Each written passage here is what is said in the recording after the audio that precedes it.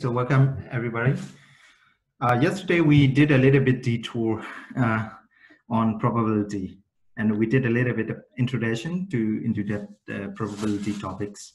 But now we will go back to inferential statistics. Okay, we won't spend too much time on probability because it's already day 3. And if you want to understand more about probability distribution, and more into the diagnostic testing, screening, into all that perspective, I can do another session, okay? Because we gotta focus on this inferential statistics. Okay, so today we will continue in that respect. Okay, so let's look at this example. Okay, young, underemployed, and optimistic. Okay. Probably that describe this our generation and next generation. Coming of age slowly in a tough economy. So young adults hit hard by the recession. A plurality of the public, 41%, believes young adults rather than middle age of older adults are having the toughest time in today's economy. Okay, anyway, this described that 41% believe that young adults have the tougher times financially, okay? So tough economic times altering young adults' daily lives and long-term plans. So anyway, let's get to this underline sentences. Among all 18 to 24 years old, fully half, 49% said they have taken a job they didn't want just to pay the bills, with 24% saying they have taken an unpaid job to gain work experience. Okay, so this is the context. Okay, next let's look at this survey. The general public survey is based on telephone interviews conducted December date, okay, 6 to 19 December 2011 with a nationally representative sample. Okay, so we can assume that this random sample and representative of the whole population at US, and they include 2,048 adults aged 18 and older. Okay, so again, let's look at this underlying sentence.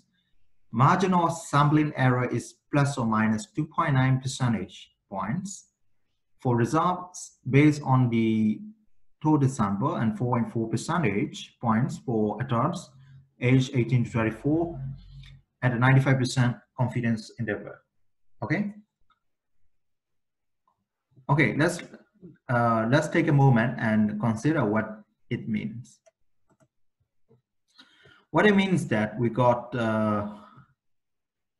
41%, okay, 41%, which is coming from this one, okay, 41%. And this 41%, is 2.9 plus or minus percentages, okay? So 41% plus or minus 2.9 percentage, which is called the margin of sampling error, okay? Marginal error, marginal sampling error. So what does it mean? It means that we are 95% confident that 38.1, which is 41 minus 2.9, which is 38.1, to 43.9, which is 41 plus 2.9, okay? So this range, 38.1 to 43.9 of the public believe young adults are having the toughest time in today's economy. Okay, so this is the interpretation of 95% level confidence value. Okay, so we are 95% confident. Okay, we are never 100% confident. Okay, because we only get a sample, we didn't get a total population. So we are 95% confident that this value and this value will represent where include the true value. Okay, so this value to this value are having the toughest time in today's economy.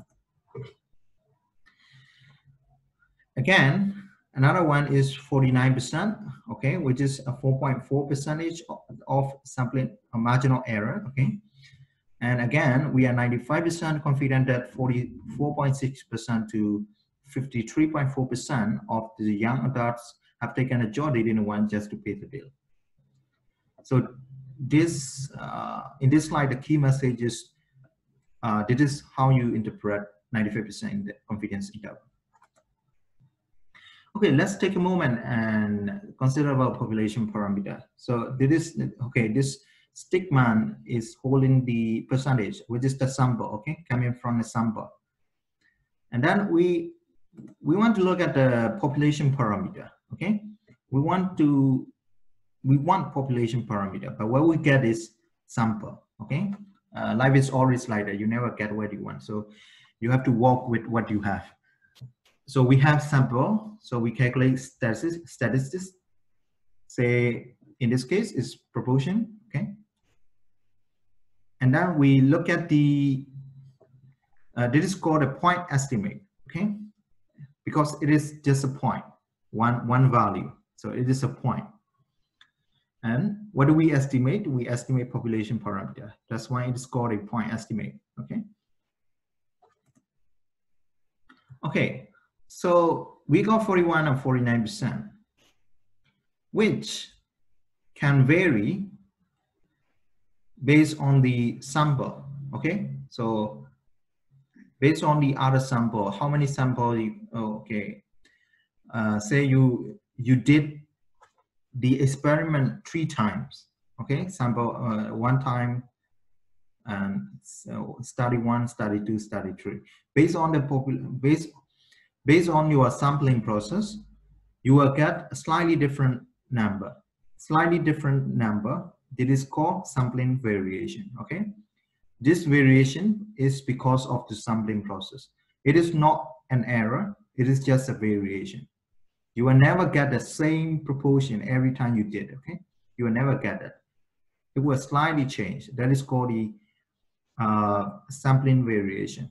Okay, anyway, we got statistic sample and we calculate statistics. This statistics estimate our population parameter. But this value is called point estimate, okay? Because it's only one value. Okay, so today we are going to talk about sampling variability, okay? Sampling variation. And then based on that, we will discuss central limit theorem. Okay, and then we will continue how central limit theorem is important in statistical inference. And then we will work on confidence interval. Okay, that is today, okay? And then tomorrow we will talk about hypothesis tests and significance and confidence and power, okay? These are very important aspects of study design. Okay, anyway, we cannot think statistics as a separate part, okay? We have to think as a holistic view of the study. So we will go back and forth from the study design to the data analysis, okay? So when we are talking about the theory, we will reference the study, designing the study, and because it is important in designing the study, okay? Everything is linked together from statistics to the designing the study. Okay, so what is sampling variability? Okay, and central limit theorem, and what are the conditions to use central limit theorem? Okay, let's start from population. We did a study, okay? We call it a sample. And then we calculate mean, median, something, okay? Proportion. And these are called sample statistics, okay?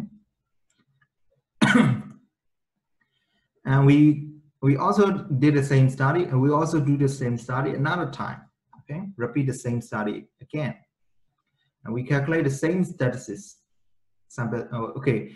The other day I talked about the statistics the value, if it is coming from sample, it is called statistics, okay? Whether it is mean, median, proportion, anything.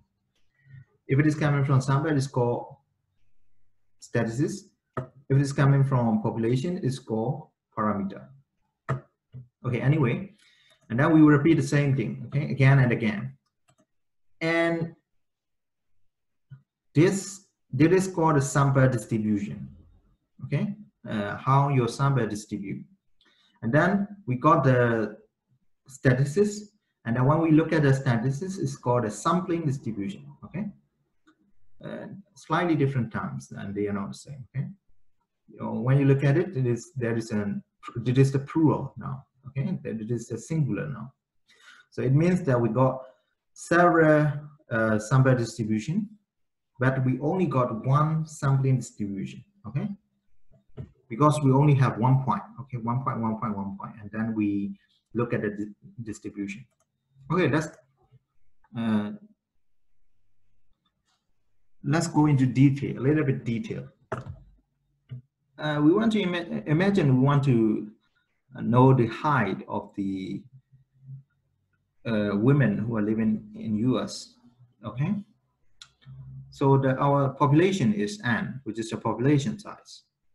And mu is the population parameter, okay? Population mean. So we don't know what is the population mean. So this is the formula to calculate mean, and this is the formula to calculate standard deviation. Okay, anyway, this is not important. Okay, we want to look at the height of women US who live in US.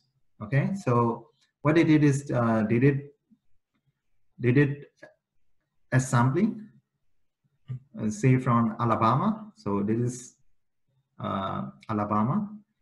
Okay, this is the sample for each patient, each individual from Alabama.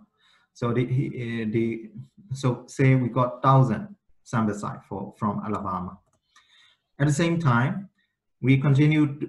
So they have several states in United States. So they sample every state. Okay. So from one state they got 1,000 individuals. From North Carolina they got 1,000 individuals, and so on. Okay.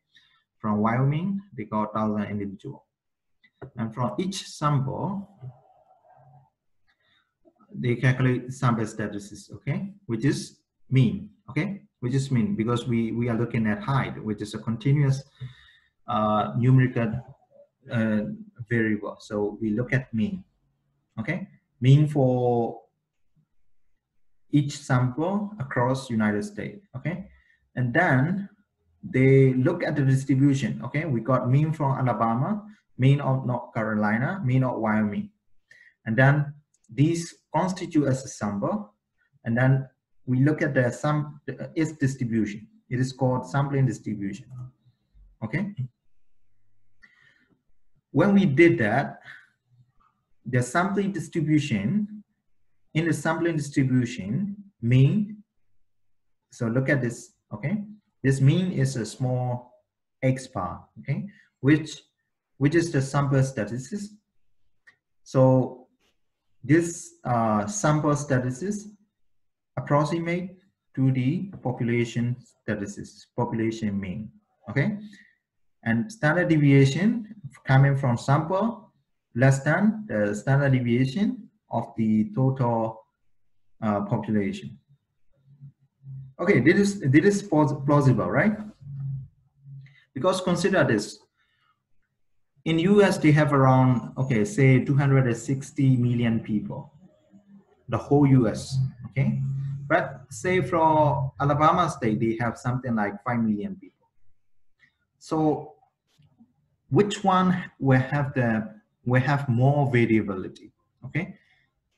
So we discussed this before. As the sample size increase, okay, as the number increase, the variability will also increase, right? So the bigger portion, the population standard deviation will always be larger than this one, okay? So that's why this statement. Okay, anyway, I think you understand this sampling distribution, okay? Because when we did a when we sample several when we did a several sample from the population, and then we look at its sampling distribution, mean is approximately equal to the population mean, and the sample standard deviation is less than population standard deviation. Okay, so this is standard sampling distribution.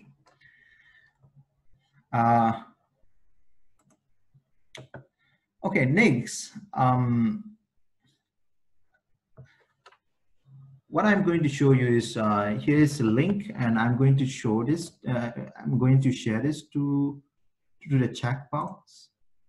So you can also open it at the same time, and we're going to look at how increasing sample size will help us. We will look at it. Okay, so let's go to this one. Okay. Okay, so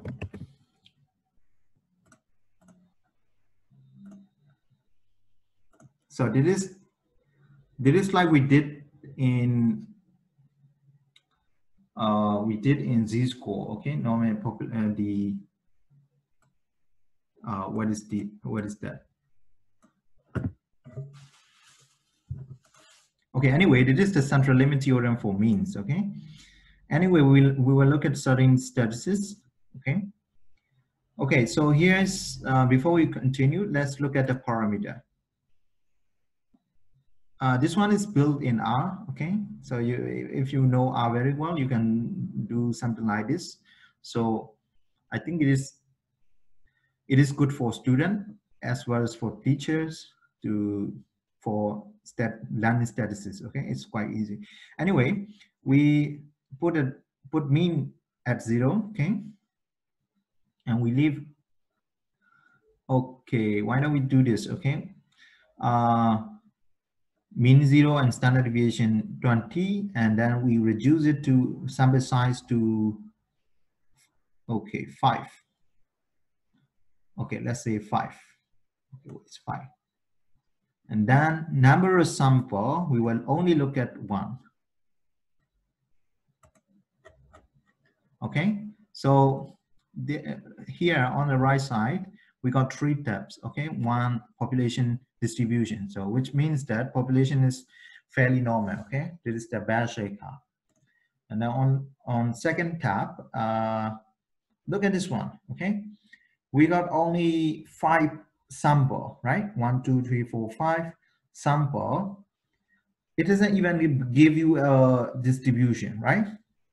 So we sample 10 times. Okay, we sample 10 times, and look at this. It does not give you any distribution at all. Okay, so let us play around a little bit. Let's increase this to 20. Okay, say approximately 20.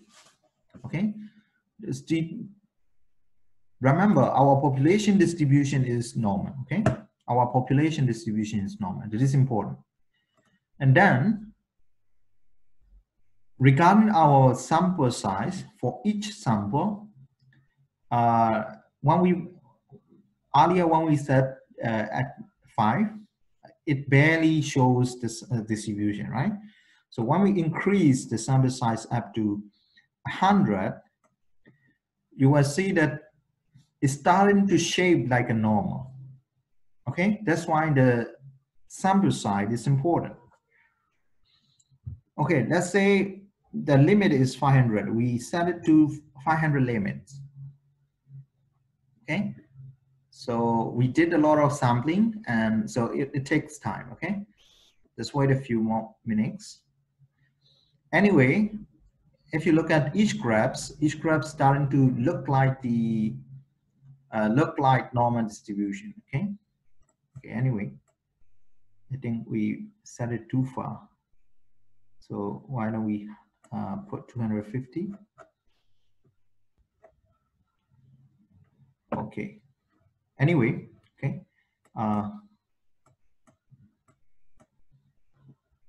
So you see, okay, I think this one is 500 or 250. Anyway, I think because we did a lot of things, so it takes time even to run this. Okay, anyway, it's starting to shape look like it's starting to shape like normal distribution when the sample size for each sample increase. Okay, but let's drag this down to 5. Okay, because it is very extreme. Okay, and I want to show this to you. Okay, anyway, I put it to put 5 for each sample. It should come. It's not coming.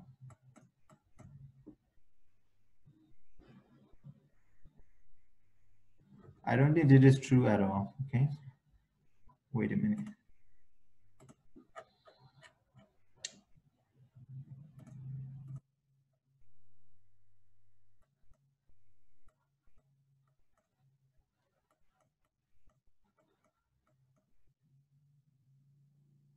Okay. Okay, why don't we put it to 5? Okay, this is 5. Okay, so you look at this, each sample barely have a distribution at all.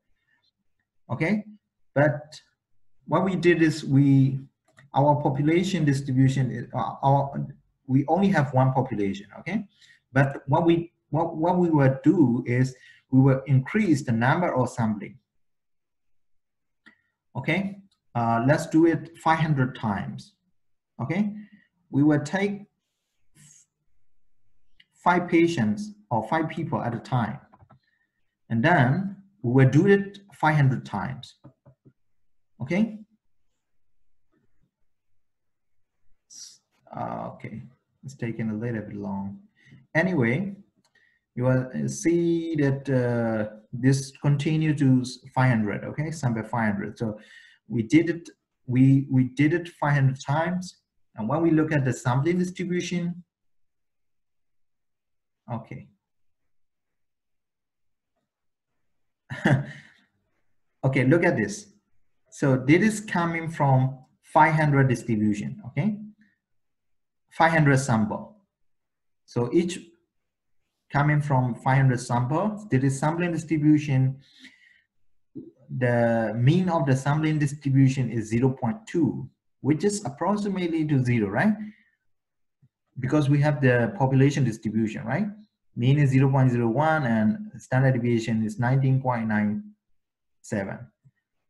Okay, that is our population. But when we have a sampling distribution, our mean is 0.2, which is okay. We can say that it's quite close. Okay, and standard error or standard distribution, standard deviation is 9.21, which is half. Okay, which is half of our population.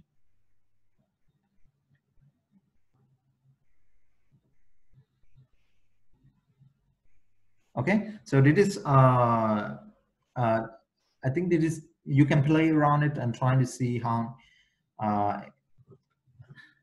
you can do it other way. Anyway, another population, for other population, we can also set this to uniform distribution. Okay. Okay, so when our population distribution is uniform, okay, uniform mean is the same. Okay, there is no ball shape. There is like a rectangular box. That is called uniform distribution. And when we look at the sample, we only take 5 people at a time, and we will do it 500 times. Okay, this will continue to 500 times. And then when we look at the sampling distribution, you can see that it is fairly normal, right? Sampling distribution is fairly normal. And then if you look at it, our population mean is 10, and standard deviation is 2.89. And you can see that our mean of the sampling distribution is 10, approximately equal. Standard deviation is also half of that one. Okay. Okay, what about right skew? Okay, you can play around. It's quite interesting. Okay, so this is right skew. So you can even set it to how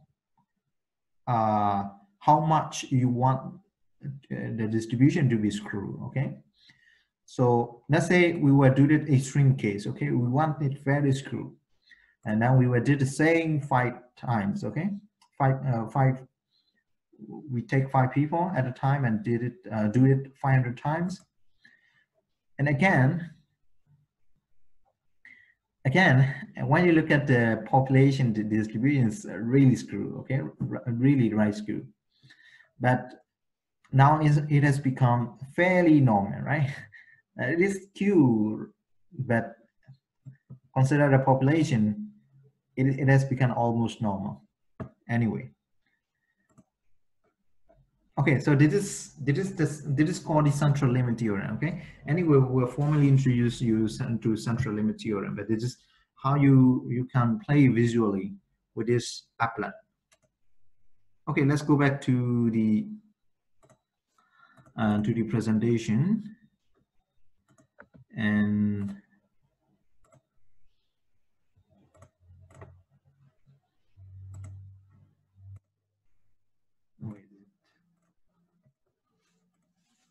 okay, so what is central limit theorem?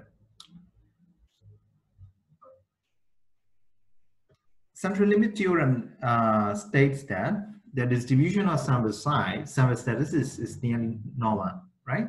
We already seen it, okay? If the population distribution is normal, you don't have to say that the distribution of sample status is normal.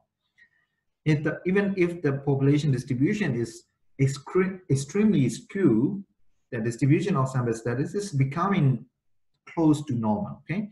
It's not normal, but it's becoming normal. And then, okay, it is nearly normal. What is its characteristics? Is Santa, okay? Its mean, Santa around population mean, and its standard deviation is equal to population standard deviation divided by square root of sample size. Okay?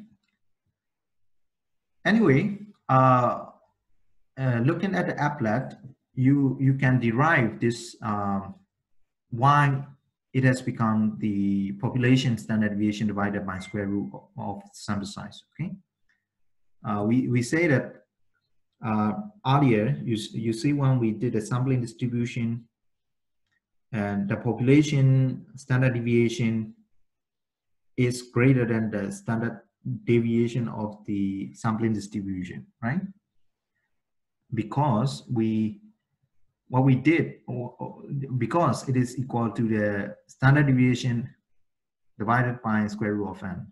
Anyway, okay, because of the central limit theorem,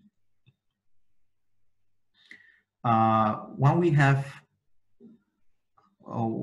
a sample, it can be assumed that it will be a normal distribution with its mean. Okay, its mean. Okay, basically it is the sample mean centered around the population mean, and standard deviation is approximately equal to standard deviation of the sample. Okay, this S is standard deviation of the sample instead of the population standard deviation, because we never know population parameter. Okay, so that's why we use sample statistics. Okay, so sample standard deviation divided by square root of sample size. Okay, so we got standard, we got a spread. Okay, why is it important? One, we use the central limit theorem. So there are two conditions. The first condition is independence. Okay, we already discussed this from probability. Anyway, independence, sample observation must be independent. Okay, how do we know if it is independent? If it is random sample or random assignments, we can say that our observation are independent. Okay, so that's why when you see in a study it is a random sampling method, or if the sampling method is random, we can say that it is the independent assumption is met, okay? If sampling without replacement, N should be less than 10% of the population. Okay, if we are not going to replace it, okay, well, we take an individual and we do not put it back to our sample pool, to our population pool, okay? If that is the case, our N should be less than 10% of the population. Why? Consider that your sample size is your population, okay? Say you want to do the study in a village, okay? The village have 10 villages, say 10 villages. And you want to sample 10 patients. So consider this, okay? Hypothetically, your samples are highly dependent of each other because the 10 villages may come from the same household, okay? So that is why N should be less than 10% of the population. So if that is the case, then your independent assumption can be considered as being satisfied, okay? Second condition is sample size or skew, okay? Consider the population distribution is normal, or if the population distribution is true, sample size is large. So we already know this, okay? When we used the applet earlier, when we used the website earlier, we look at the population distribution, which is fairly normal, right? And then we did a sampling distribution, which is exactly normal. Then if we know for sure, because you have to make sure that your population distribution is normal, okay? Either this, or if you think that your population distribution is true, then you need to increase your sample size, okay? Because when we think about what we did earlier, we put it a high skew of our population distribution, and then we only take five individual, right, for one sample. So that will give you a little bit screw sampling distribution. Even so you need to increase your sample size greater than 30, okay? It is the rule of thumb, okay? Some books says 50, some books says 30, but anyway, rule of thumb is 30. So if this if you have these two conditions, then you can use central limit theorem.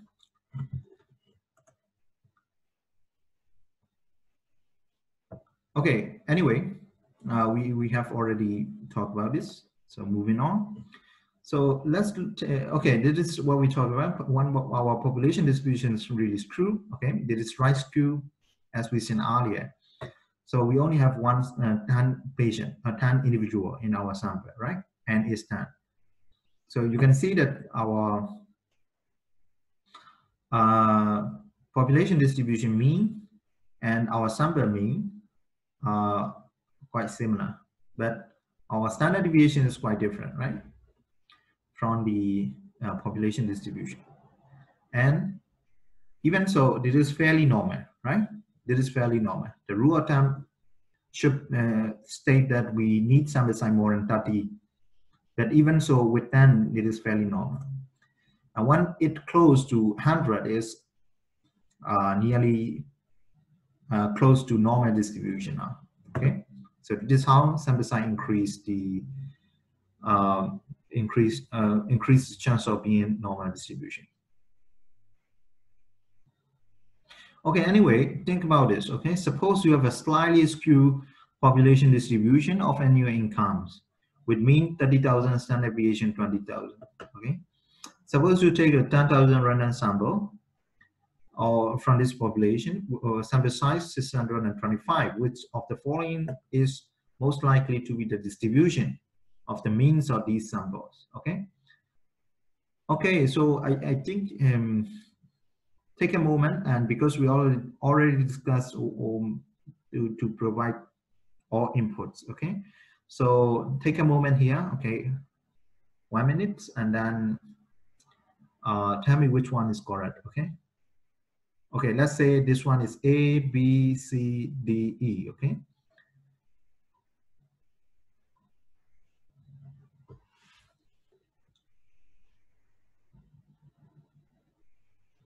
Okay, maybe take a photo or take a screenshot. Then I'm going to stop this because the time limit is almost up. And I'm going to restart the meeting, okay? So in a moment, it is going to close automatically. So take a photograph or take a screenshot. Anyway, we will start this again.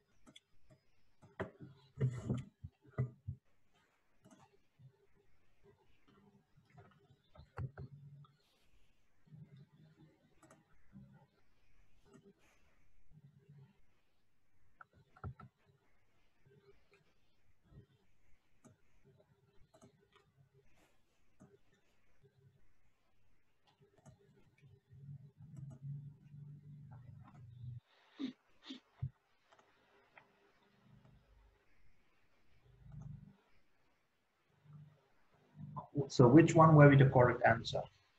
A, B, C, or D, or E?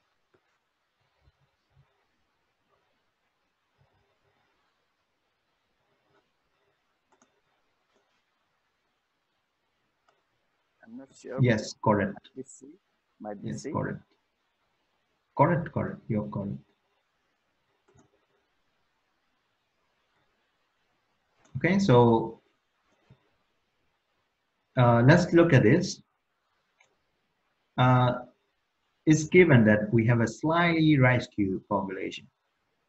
Then mean is 30,000 and standard deviation 20,000. We will take 10,000 random sample. Okay, it's a large number. And then with each sample contains 325 individuals from this population. Okay, so this is only slightly rescue. So we should have, okay, the first one, rescue mean and standard deviation. This is approximately population parameter, right? So we never get population parameter or standard deviation. So this is wrong. Wait, what happened?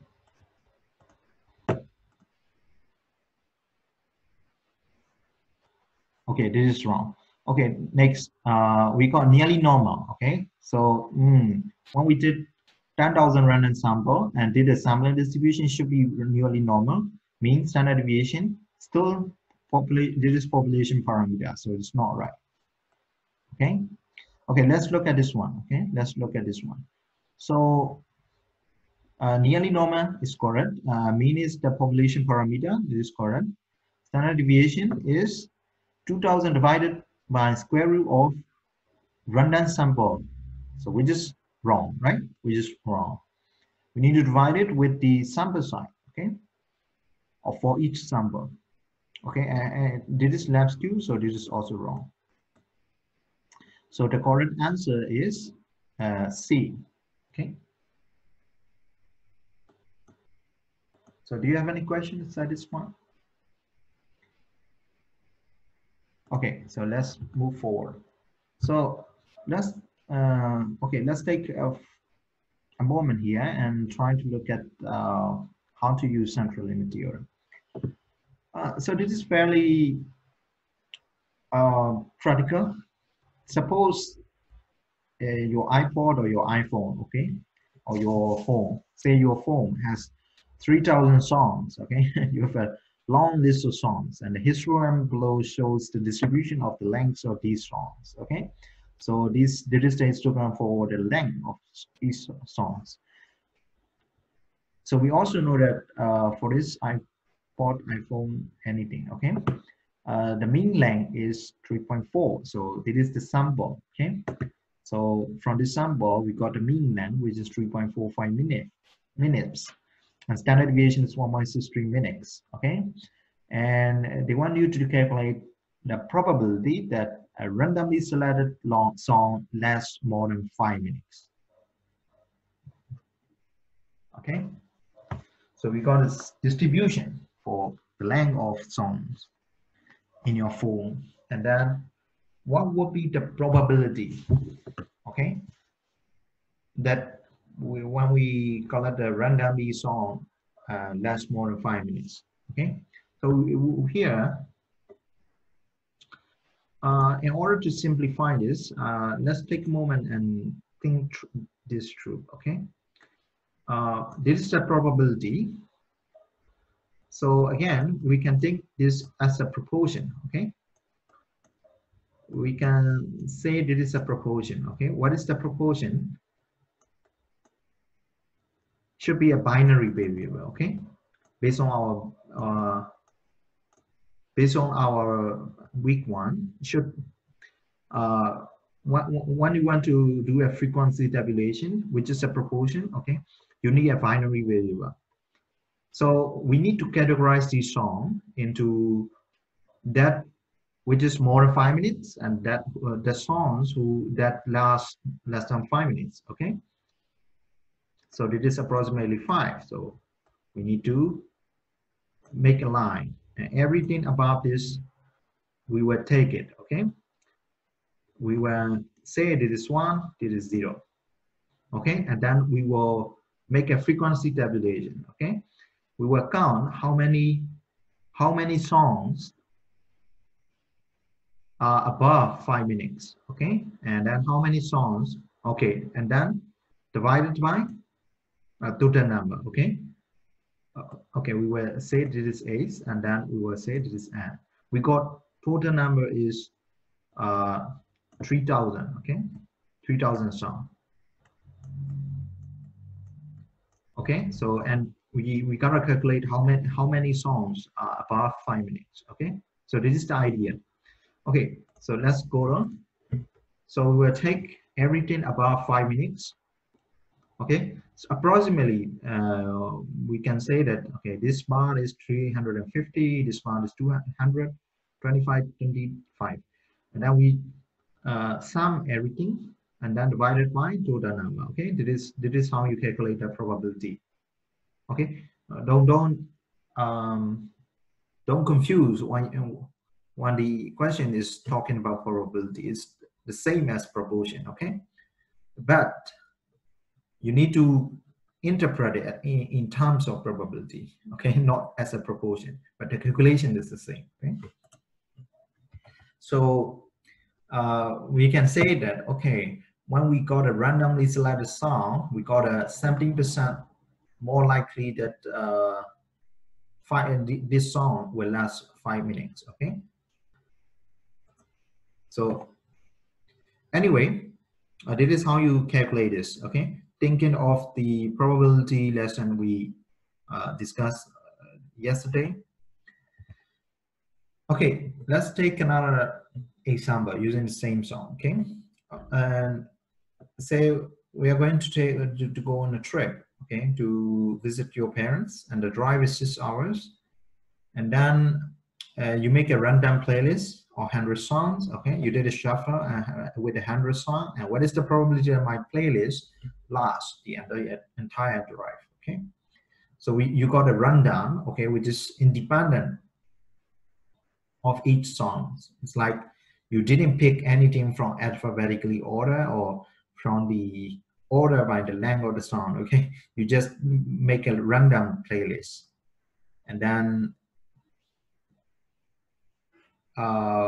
the drive hour is 6 hours. Okay, okay, so here the question is, what is the probability that my playlist lasts the entire drive? Okay, so given that we got songs, we just measure in minutes. Okay, we got 6 hours. Okay, so we need to convert 6 hours into minutes. We got 360 minutes.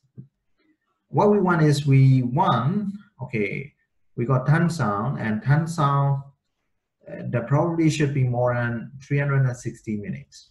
Okay, then well, how can we summarize it? We can summarize basically if our mean of this 100 sounds, if it is more than 3.6 minutes.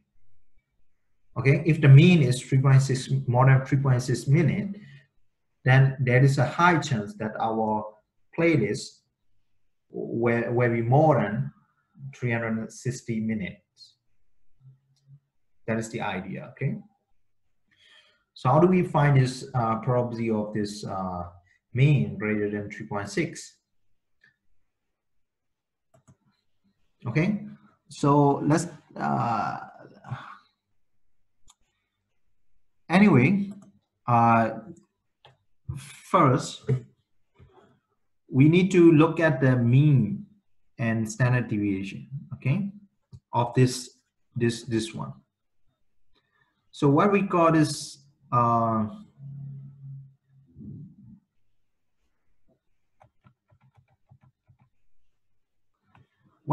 the mean length, okay, 3.45, and the standard deviation is 1.63, which is coming from a sample, okay. So that's why our mean should be okay, this is our sample, okay. So our sample mean should be approximately equal to the population mean, which is given on the other slide, on previous slide. And then our standard deviation should be equal to the sigma divided by square root of n, because we know the population, right? We have a sample of 100 sound, and that population, standard deviation, we got 1.63, so divided by square root of n, which we got this one. Okay, then when we got the mean and standard deviation, we can look at the based on our probability discussion yesterday, we can look at we can find a z-score, okay, which is basically our observation minus 3.45 divided by 0.163, okay, is equal to this one, okay, z-score 0.92. So we want to look at the probability of z-score, okay. We want to look at the playlist last the entire drive, so which is should be more than what our z-score. So we want to look at probability of z greater than 0.92, which we got 0.179. Okay, how do we get this? We got this from the distribution calculator that we did the other day. Okay, so we put it mean because z-score is standard normal distribution, so we put mean to 0 and standard deviation to 1, and we look at the upper tail because we want to look at greater than, okay, last the entire drive, so it's greater, should be greater than, and then our value is 0.92, which is the z-score. Okay, so we got the value, that probability.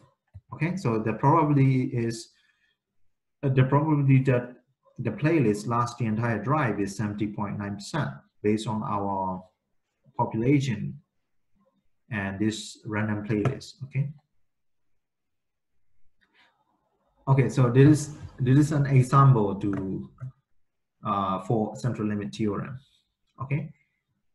So anyway, let's take a moment here and look at these 4 plots. Okay. Okay, 4 plots. I think. Wait a minute.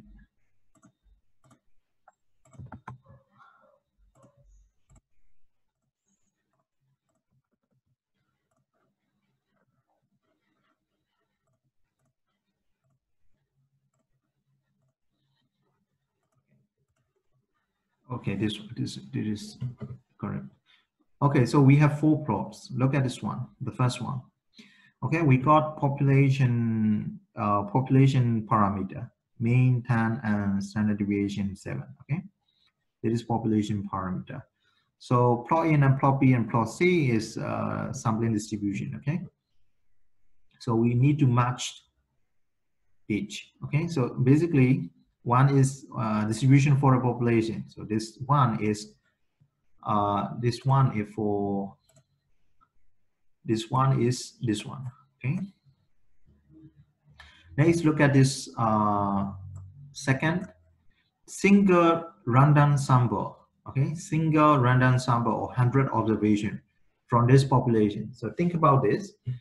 We only did one random sample of 100 observation. Okay, so our population is a little bit right skew, right? Little bit right skew. So we also should expect this single random sample should follow the population distribution. So a little bit right skew. Okay, so it could be 2. Okay, so this 2 could be plot B, but let's see. And then number 3, a distribution 100 sample means from a random sample or size 7. Okay, so we got 100 sample means with size 7. Okay, which is a little bit small. Okay, which is a little bit small. So question 4 is number 4 is size 49, so which is bigger, which stands to be the most normal one. Okay, so this second one could be this one. Okay, so plot A correspond to number 3, plot B correspond to number 2, and plot C correspond to number 4. This is how we think when you see a distribution. Okay, both population and sampling distribution. Okay, so let's move forward.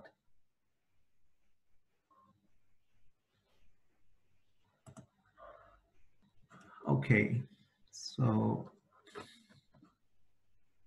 I think time is almost up, right? So let's pause here. Let's stop here, and then we will continue confidence interval for mean tomorrow. Okay. We will discuss a little bit about how to give you an idea how to construct a confidence interval. Okay, using it's manually. Okay, manually did a formula, trying to put values and get a mean confidence interval for a mean. Okay, and this is confidence interval. So there are 2 parts. Okay, first one is the first one is the confidence interval. Second one is p-value. Okay, this is 2 parts in inferential statistics, which is consistent across all methods. Okay, we are not discussing each methods here. We are just talking broadly. Okay, to encompass every to give a general understanding of each inferential statistics. Okay, so when we talk about confidence interval and p-value, and we will go a little in depth and then trying to talk how to do it manually. But after that, when we talk about individual inferential statistics tests, or we call it hypothesis test, okay, like t-test, chi-square, or they are non-parametric values and non-parametric tests. We won't go into details. Okay, we won't go how to do t-tests manually, okay, or using mathematically. We won't do that. We will just go into R, and then okay, if you want t-test, you do this. Okay, and then how you, when you get the result, you interpret this, and we will discuss around that. Okay, and then because there are a lot of tasks, and then even so, you need in a normal academic course, you need 2 semesters, 1 semester, okay, to 6 months to get all this to cover all these tasks. Okay, anyway, we're not going to do that. Okay, what we are going to do is I will show you how to do that in R, and I will show you how to interpret this. Okay, and then we will cover all parametric as well as non-parametric tests. Okay, for okay, say t-test, chi-square, and then we go to ANOVA. Okay, and then after that we will go into non-parametric tests, and then this is week 2. Okay. And then after that, we can go into week 3, linear regression. And then after that, week 4, logistic regression. Okay.